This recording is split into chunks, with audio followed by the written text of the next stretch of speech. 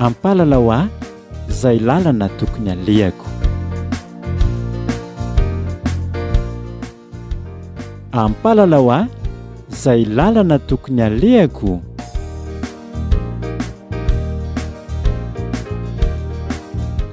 Fandaharana toto-sain'ny Vondrona mifampitantana eto amin'ny radio vaovao Mahasoa.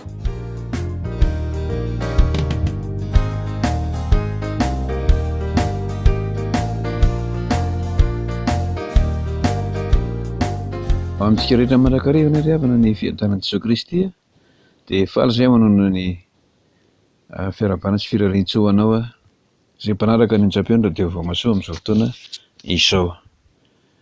Hivavaka isika raha na eo izay any an-danitra midira sy mankalaza manome voninahitra anao izay misaotra anao izay noho ny fahatsaranao, noho ny fitiavanao sy ny famindraponao, noho ny fitahianao, noho ny fitantananao anay tsirairay avy. Misaotra, mankasitraka, mankalaza noho ny atratraranay ity fotoana ity ka ahafahanay indray miombona amin'ny alalan'izao fandaharana amin'ny onjam-peo radio vaovao Mahasoa izao ka anaraka ny fandaharana ampahalalao azy lalana tokony alehako. Mamindrafo aminao mamelana eliko efa tsy tanteraka izay, tsy mendrika izay. Betsaka ny zavatra ataonay izay tsy mifanaraka amin'ny sitraponao. Ny ataon'ny tananay, ny tenen'ny vavanay, ny jeren'ny masonay, ny alehan'ny tongotray, hatramin'izay henon'ny sofinay, ny eritreritray sy ny fitepon'ny fonay, ny fihetsika rehetra. Betsaka amin'ireny tsy mifanaraka amin'ny sitraponao dia angatahanay famelana aminao izany. Ary dia angatahanay ny fanahin'ny masona hiasa ao anatinay hanoro anay ny marina ka ahafahanay mandahy ny fahotana rehetra.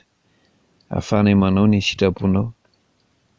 Ary dia misaotra indrindra noho ity fotoana ity izay atokanay indray ahafahana miombona amin'ity fandaharana ity dia ny fanahinao masina no hitarika anay tsirairay avy. Anendrin'ny lehilahy mpanomponao ianao, an'olon-tsaina mpanomponao ianao, ampiteny mpanomponao ianao ka izay tianao ambara no ambara eto. Dia izay tsy takatry ny sainay ianao no hanoro, izay tsy voatenin'ny vavanay ianao no ampiteny. Ary izay rehetra tsy avy aminao dia tsisy ho voalaza eto, tsisy ho tanteraka eto. Izany no angatanay amin'ny anaranao Jesosy Kristy tomponay. Anao voninahitra mandrakizay. Amen. Araka izany ry havana dia anaraka ny fandaharana ampahalalao azy lalana tokony alehako indray isika. Ny zavatra mahagaga nefa zavatra mahafinaritra ihany koa dia izao. Misy biaino izay mametraka fanontaniana ao anatin'ny fandaharana amin'ny sesy izay. Vao nanomboka nisy nametraka fanontaniana ka noresahana teto dia misy foana ny mametraka fanontaniana. Betsaka ny fanontaniana izay tsy ho voavaly eto amin'ny fandaharana. Fa ny sasatsasany, ny vitsivitsy, ny ampahany amin'ireny dia izany ny hamaliana azy izay angatahana moa izany ny tolotsaina avy amin'ny fanahy masina sy araka ny voalaza ao amin'ny tenin'Andriamanitra. Misy fanontaniana anankiray sarotra valiana. Tena manahirana mamaly azy napetrakareo. Dia nieritreritra hoe ho valiana ve izany sa tsy ho valiana ve izany. Dia rehefa nandinika lalina moa izany sady nametraka izany teo amin'ny tompy dia ezahana ny hamaly azy. Fa dia lazaina mialoha hoe mety tsy ahafa-po maro na tsy ahafa-po anao izay nametraka amin'ny fanontaniana ihany koa aza ny valiny izay omeko eto, ary fantatro fa tsy ho ampy mihitsy ny valiny omeko eto. Fa dia samy miara-mandinika ihany koa ny tsirairay avy rehefa any tokantrano any. Satria eo am-pilatanantsika mandrakariva koa ny ten'Andriamanitra ahafahantsika mandinika sy mieritreritra an'izany. Izao no nitenen'ilay namantsika. Aleo aloha, raha ohatra ka misy te hametraka fanontaniana, satria mety misy mieritreritra hoe izay koa mba te hanontany dia izao. Alefaso ihany aloha ilay fanontaniana, alefaso ihany ilay fanamariana, dia alefaso ihany koa ny sosokevitra, na alefaso ny hevitra mikasika ilay fanontaniana izay apetraky ny olona. Alefaso amin'ny SMS na tena mety moa izany dia SMS satria raha miantso ianao mety tsy ho voatantara le zavatra, mety ho lava le fotoana, mety ho lava betsaka ihany koa le crédit ho lany, fa alefa so SMS tsy maninona, na afaka mandefa email ianao, na afaka ataonao WhatsApp koa le izy, tsy maninona fa mety zay.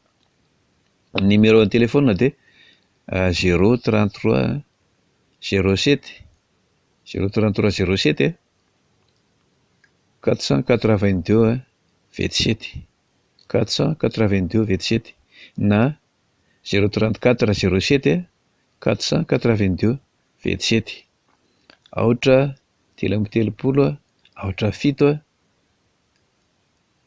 roa amby valopolo sy efajato, aotra fito, na aotra telo amby telopolo, aotra fito, roa amby valopolo sy efajato, aotra fito amby roapolo. Mitovy le numéro, samy aotra telo amby telopolo, aotra fito, fa ny aorinany mitovy tsara. Zay zany, raha ohatra ka misy fanamarihana, na misy fanontaniana, na misy fanampiana amin'ny famaliana na ny fanazavana dia raisina, na fanakianana ihany koa aza sosokevitra dia raisina. Zao le zavatra nambarana namantsika. Rehefa andinihana ho zizy ny fiarahamonina dia matetika ny olona mahantra no tena tafalatsaka ao anatin'ny fakapanahy maro samihafa. Ny olona mahantra no tena tafalatsaka ao anatin'ny fakapanahy maro samihafa. Name ohatra izy, ohatra ho zizy, ny tena olona mpimamy lava dia ny olona mahantra, ny olona tsy dia manana fivelomana ambony.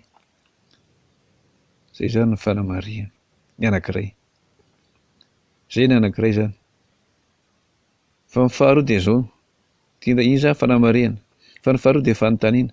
Inona ho zizy ny tena mahatonga ny olona, raha ny eto Madagasikara ny jerena, satria ny eto ho zizy no hitako, misy olona tena mahantra fa diranovana, zarara manana zavatra tena faran'izay kely sy bitika. Fa misy olona tena Manankarena, tena zany angamba ho izy no atao hoe mpanefoefo, tena Manankarena, tena tsy ho voaisa raha isaina ny fananany. Inona no tena mahatonga izany? Zay zany ny fanontaniana napetraky ny namantsika.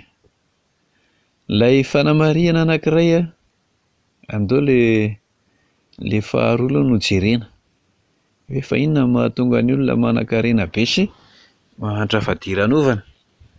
Andao aloha zay no jerena. Fa rehefa hitantsika hoe ahoana zay dia ho resahantsika ihany koa rehefa avy eo hoe nahoana tokoa moa ny olona tena mahantra sy fa diranovana no tena mivary lavo sy afatotry ny fakapanahy maro samihafa matetika. Raha jerena tokoa manko ny eto Madagasikara dia izao, misy olona tena ambany saranga, ambany amin'ny ara-pivelomana, mahantra fa diranovana. Fa misy olona izay tena Manankarena, manana izay ilainy rehetra, tena misy tokoa zany. Fa andeha aloha jerentsika ny tenin'Andriamanitra araka izay voalaza ao amin'ny ohabolana toko 10 ny deha ho jerena. Ohabolana toko 10 dia ny andininy voalohany ka hatreo amin'ny andininy voalohany ka hatramin'ny andininy fahaenina no jerentsika, dia makany amin'ny andininy faharoa amby roapolo tsika rehefa avy eo. Ohabolana toko 10 ny andininy voalohany ka hatramin'ny andininy fahaenina, amin'ny anaran'i Jesosy no amakintsika izany teny izany. Ohabolan'i Salomona. Ny zanaka endry mahafaly ny rainy, fa ny zanaka adala mampalahelo ny reniny. Ny harena azo amin'ny tsy fahamarinana dia tsy mahasoa na inona na inona. fa ny fahamarinana no mamonjy amin'ny fahafatesana. Tsy avelan'i Jehovah ho mosarena ny fanahin'ny marina, fa foanany ny fanirian'ny ratsy fanahy. Ho tonga malahelo no miraviravy tanana amin'ny asany, fa mampanankarena ny tanany mazoto. Izay manangona amin'ny fararano no zanaka endry, fa izay sindritory amin'ny toam-pidinjana no zanaka mampahamenatra. Fitahiana no ao amin'ny lohan'ny marina, fa loza no mandrakotra ny vavan'ny ratsy fanahy. Ary amin'ny andininy faharoa amby roapolo. Ny fitahian'i Jehovah no mahampanankarena ary tsy azon'ny fisasarana ampiana izany. Ramasina, manamasinanay amin'ny fahamarinana, ny teninao no fahamarinana. Amen. Tenin'Andriamanitra izay voalaza ato amin'ny ohabolana. Averina aloha izany fa ny teny rehetra, ny soratra rehetra izay ambaran'ny men'ny tsindrimandrin'Andriamanitra dia mahasoa koa fampianarana, fanisien-tahatra, fitaizana fahamarinana, fantsiana izay diso. Ka anisan'ny nojerentsika ity ten'Andriamanitra ity.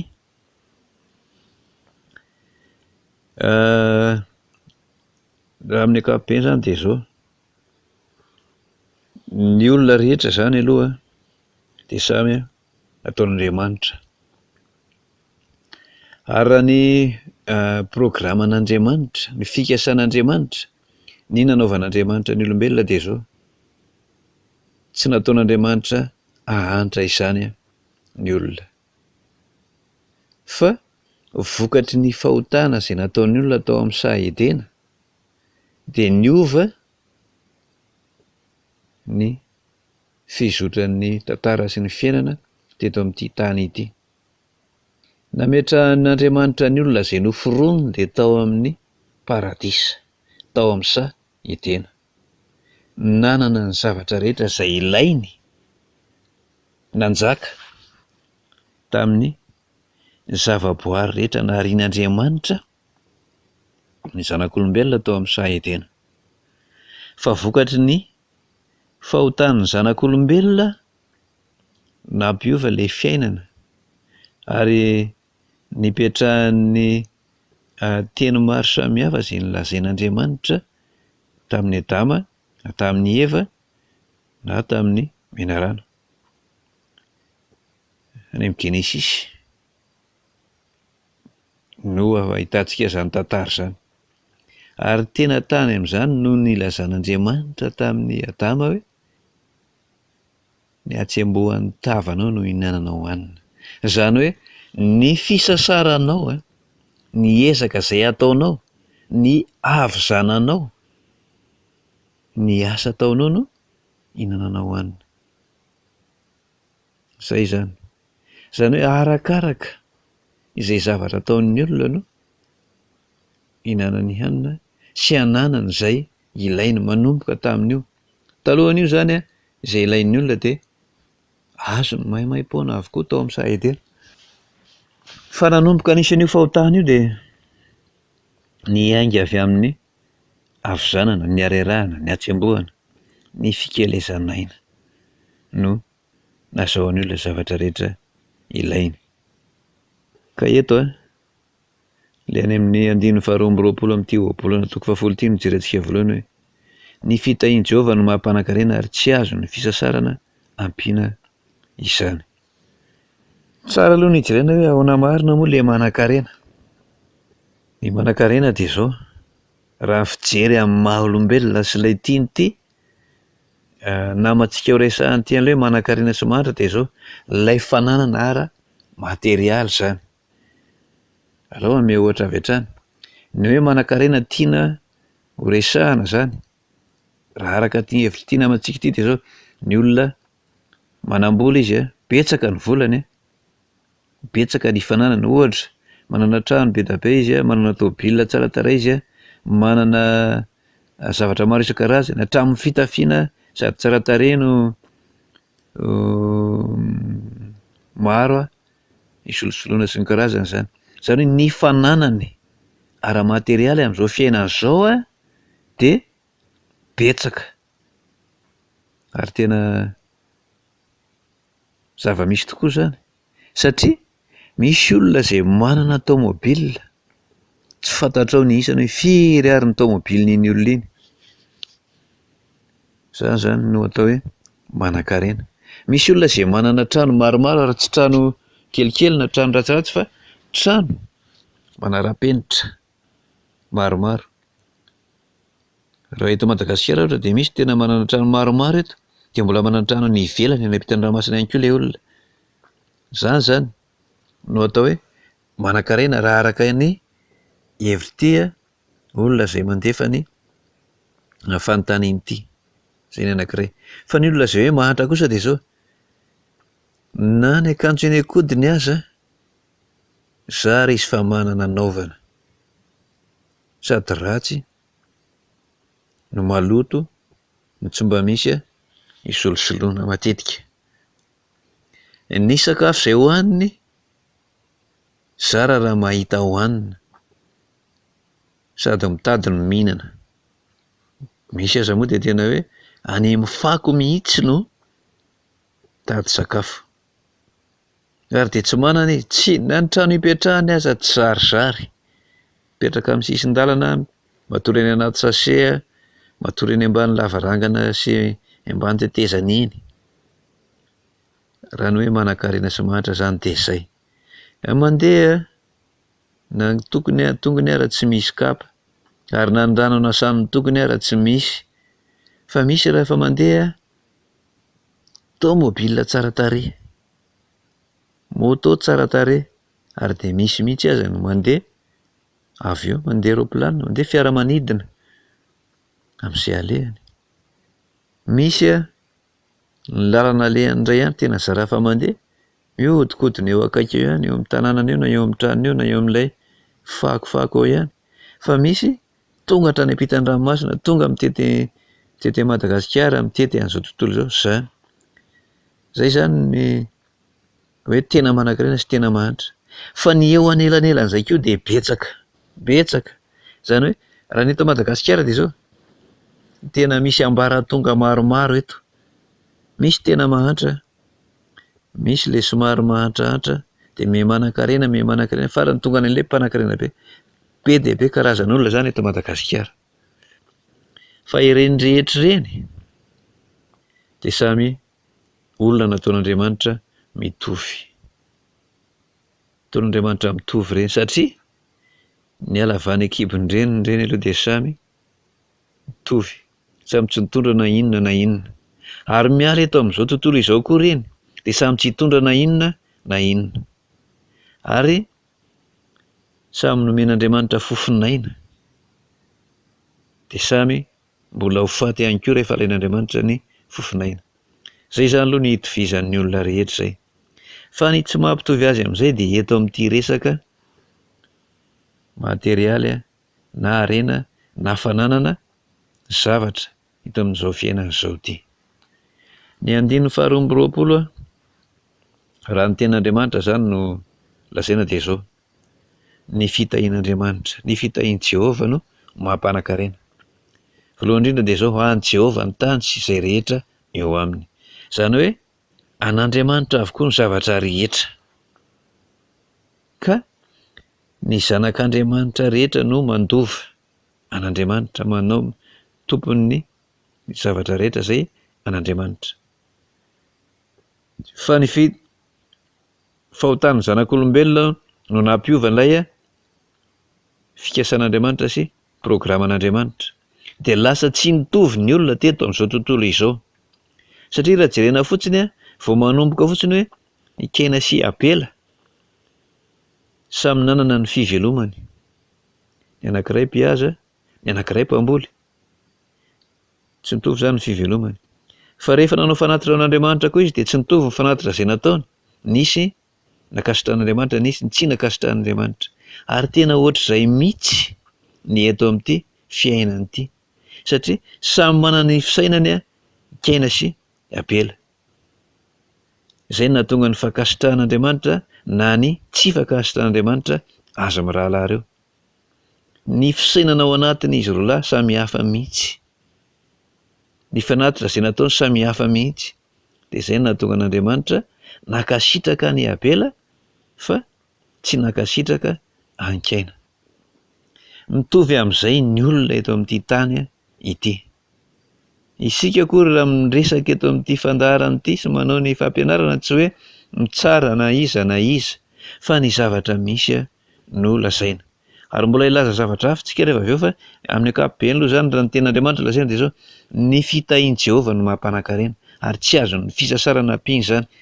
Ny fanambinan'Andriamanitra sy ny fitahian'Andriamanitra no azahoanao fananana, azahoanao harena.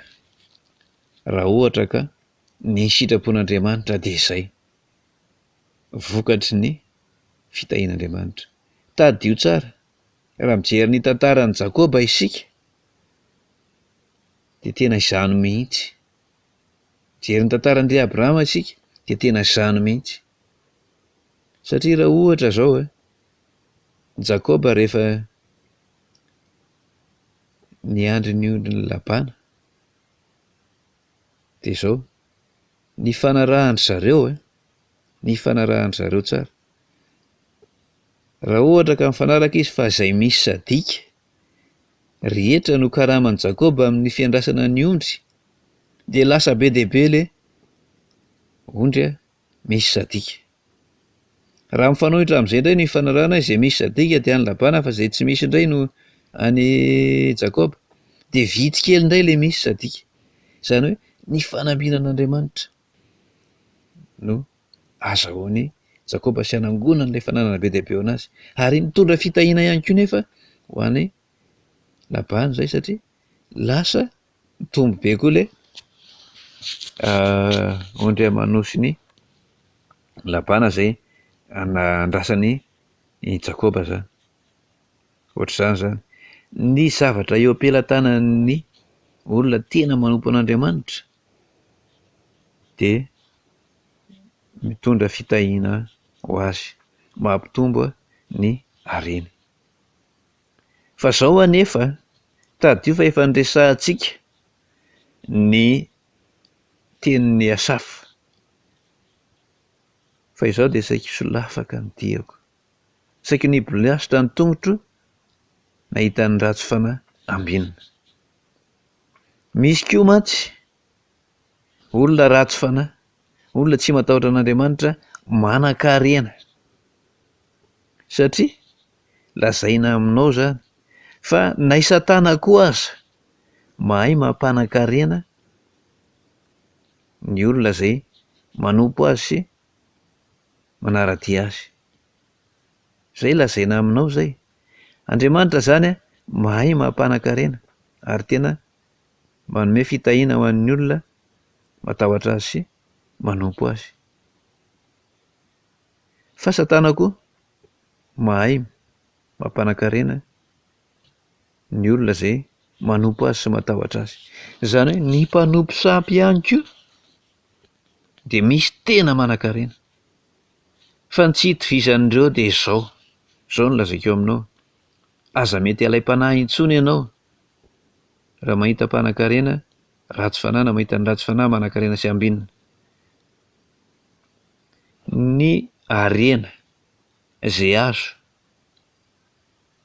amin'ny tsy fahamarinana, izay azo amin'ny tsy sitrapon'Andriamanitra, izay tsy avy amin'ny fitahian'Andriamanitra, dia tsy mahasoa inona na inona fa zava-poana. Zava-poana ireny, ary tsy misy fitahiana ho an'ny olona. Betsaka ny olona no manompo sampy, betsaka ny olona no manao fanekena amin'ny Satana, amin'ny fanompoan-tsampy, amin'ny zavatra eto amin'izao tontolo izao ka Iry harena azony amin'ireny dia tsy mahasoa azy. Ary matetika miafara amin'ny loza ny fiafaran'ireny harena izay azon'ny olona ireny. Raha ny andininy faharoa amin'ny ohabolana toko 10 dia zao: ny harena azo amin'ny tsy marina dia tsy mahasoa na inona na inona. Zany. Ny harena izay azo amin'ny fitahian'Andriamanitra no mahasoa, fa ny harena azo amin'ny tsy marina dia tsy mahasoa na inona na inona. Be dia be ny olona manan-karena fa tsy mahasoa azy ilay harena. Vao mainka mampitondra fahoriana azy, mampitondra tahotra, mampitondra tebotebo, mampitondra ahiahy, ary matetika miafara amin'ny famoizany ny ainy mihitsy aza ireny harena izay eo am-pelantanany ireny, satria harena azo tsy avy amin'ny fitahian'Andriamanitra. Manarak'izany dia zao: raha harena tsy azo amin'ny fitahian'Andriamanitra dia matetika mitarika ny olona hanana toetra tsy mifanaraka ihany koa amin'ny sitrapon'Andriamanitra, satria tsy mahalala an'Andriamanitra izy, tsy mankatoa an'Andriamanitra izy, tsy manaraka ny sitrapon'Andriamanitra izy. Ary ao anatin'ny fitantanany an'ireny harena izay eo am-pelantanany ireny no mahatonga azy ho tahaka ilay mpanan-karena adala, izay nitenenan'i Zoky Riri hoe: ry adala, anio alina no alain'Andriamanitra aminao, fa nanao ka ho aniza ny fananana be izay no harianao. Sy mety hahatonga ny olona tahaka an'ilay mpanan-karena izay nangataka rano mangatsiaka indray mitete tamin'i Lazarosy. Izany hoe ny tiana lazaina dia zao: ny tsy fahaizana mitantana an'io harena io, na ny harena izay azo amin'ny tsy fahamarinana, ny harena izay azo amin'ny fanompoan-tsampy, dia mety hitondra anao any amin'ny elo mirehitra afo sy ny fahaverezana mandrakizay. Aleo misafidy sy mianina amin'izay anananao, fa azo antoka fa tsy hitondra anao any amin'ny elo, fa hitondra anao ho any amin'ny fiainana mandrakizay. Eto ambonin'ity tany ity ne mandalo ny mpanan-karena eto voafetra ny andro iainany, ny Mahantra eto voafetra ny andro iainany, samy fohy ny andro iainany eto. Raha ohatra ianao ka manan-karena eto ka tena mateza, atao hoe 100 taona, tsy maninona atao hoe 100 taona. Raha ny voalazan'ny tenin'Andriamanitra moa dia hoe 70 na 80 taona raha tany ity mateza, ary raha misy mihoatra an'izany dia zava-poana. Fa raha misy zany hoe mahatratra 100 taona ireny mpanan-karena ireny dia 100 taona ihany izy no miadana. Miverina fa miadana izy, fa izy ireny koa tena tsisy miadana zany. Raha misy koa nefa mahantra ka 100 taona izy no hoe dia 100 taona ihany izy no mahantra. Fa ny tena harena dia ny fiainana mandrakizay izay maharitra mandrakizay. Ianao tsy manisa taona amin'izany fa mandrakizay dia somary mandinika mieritreritra kely hoe iza moa no mety aminao? Ianao ilay manan-karena 100 taona sa ianao ilay manan-karena mandrakizay? Ianao ilay mahantra 100 taona fa manan-karena mandrakizay, sa ianao ilay mahantra 100 taona sady mbola hantra ihany koa mandrakizay raha tsy manaraka ny sitrapon'Andriamanitra? Izay zany ny zava-misy. Samy mety hanan-karena avokoa, na ny olona izay tena manompo an'Andriamanitra na ny olona izay tsy manompo an'Andriamanitra aza. Fa ny harena eto amin'izao tontolo izao, ny harena eto ambony tany dia izao: mandalo ireny ary zava-poana, ary tsy maintsy ho levina, tsy maintsy hilaozana na ho an'ny manompo an'Andriamanitra na ny tsy manompo an'Andriamanitra. Ny zava-misy dia izao: arakaraka ny asan'ny tanana, ny havizanana, ny harerahana, ny hatsembohana. Izay zany no hinanana hanina raha ohatra ka ny voalazan'Andriamanitra tany amin'ny Genesisy. Dia ny zavatra mampalahelo dia izao: misy ny olona taranaky ny mpanan-karena dia mbola manan-karena, fa misy ny olona taranaka ny mpanan-karena dia miha-mahantra, miha-mahantra, miha-mahantra, miha-fadiranovana ihany ny taranaka amandimby. Fa misy koa nefa ny olona taranaky ny mahantra dia miha-manan-karena, miha-manan-karena, miha-manan-karena. Dia misy koa ny olona taranaky ny olona efa mahantra dia mbola mahantra foana ny taranaka mifandimby. Izany rehetrarehetra izany tsy hoe ny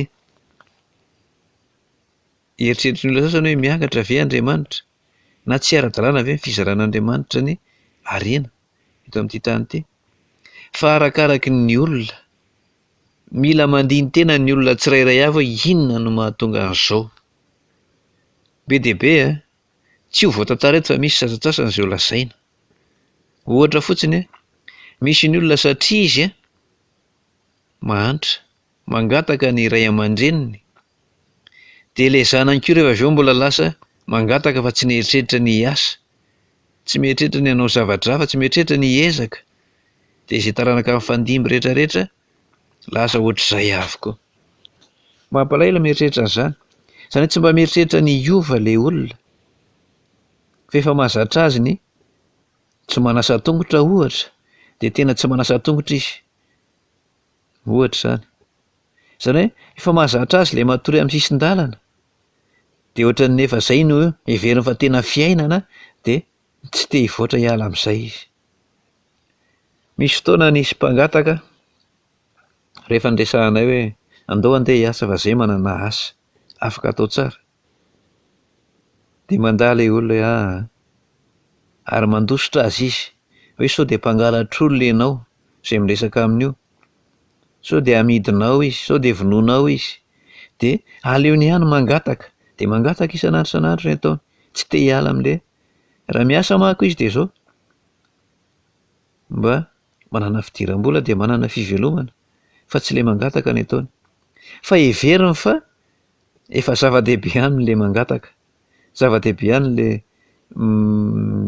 maka zavatra mitsipona zavatra eny amin'ny fakofako eny, dia iny no midina, iny no hohanina. Heveriny fa izay no efa mety aminy, heveriny fa fivelomana mety izany aminy, dia aleony manao an'iny. Manahirana ilay mandinika ilay fiainana amin'izao fotoana izao nefa zavatra hitantsika eny izany. Ka raha lazaina izany hoe maninona moa no misy mahantra dia misy Manankarena. Eto amin'izao fiainana izao no misy an'izany, satria ny resahantsika ny tena zavatra tena zava-dehibe amintsika anaovana ny fampianarana dia izao ny azahoantsika ny fiainana tena izy ara-panahy, ny azahoantsika fiadanam-po sy fiadan-tsaina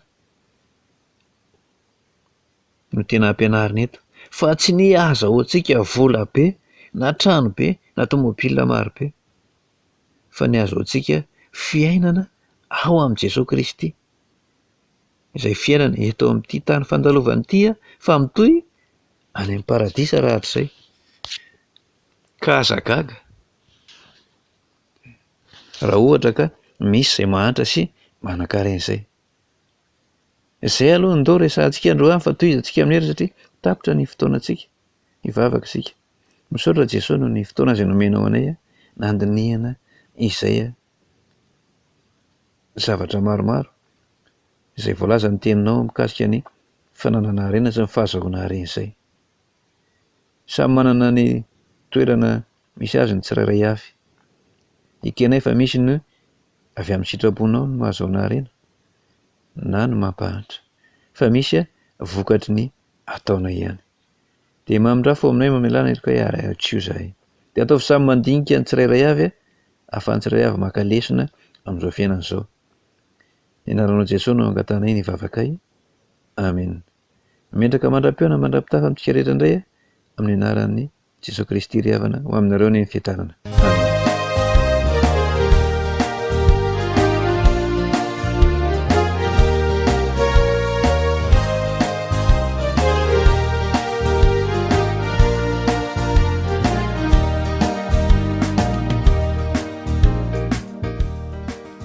Ampahalalao izay lalana tokony alehako. Ampahalalao izay lalana tokony alehako.